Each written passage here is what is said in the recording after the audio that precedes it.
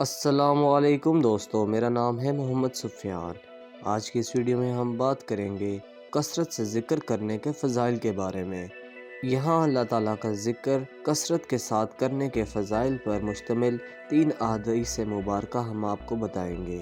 حضرت ابو ہریرہ رضی اللہ عنہ فرماتے ہیں، رسول اکرم صلی اللہ علیہ وسلم مکہ کے راستے میں جا رہے تھے کہ ایک پہاڑ کے قریب سے گزرے جسے جمدان کہا جاتا ہے۔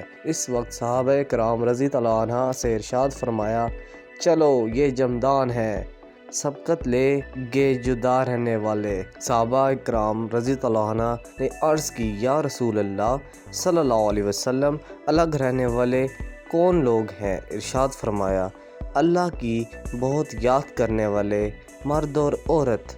ایک اور حدیث مبارکہ حضرت ابو ہریرہ رضی اللہ عنہ سے روایت ہے، حضور صلی اللہ علیہ وسلم نے ارشاد فرمایا، جدا رہنے والے سب سے آگے بڑھ گئے۔ صحابہ اکرام نے عرض کی، جدا رہنے والے کون ہیں؟ ارشاد فرمایا، اللہ کا ذکر کثرت کے ساتھ کرنے والے لوگ، اللہ کے ذکر میں مشترک لوگ۔ ذکر نے ان کے بوجھ ان سے اتار دیے، پس وہ قیامت کے دن ہلکے پھلکے آئیں گے۔ ایک اور حدیث مبارکہ حضرت ابو سعد رضی اللہ عنہ سے روایت ہے کہ رسول اکرم صلی اللہ علیہ وسلم سے دریافت کیا گیا، کون سا بندہ اللہ تعالیٰ کے نزدیک افضل اور قیامت کے دن بلند درجے والا ہے؟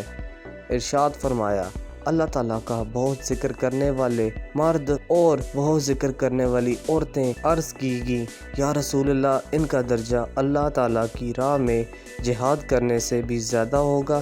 ارشاد فرمایا، اگر کوئی شخص کافر پر اپنی تلوار چلائے تو تلوار ٹوٹ جائے اور خون میں رنگ جائے، تب بھی کثرت سے اللہ کا ذکر کرنے والا اس سے درجے میں زیادہ ہوگا۔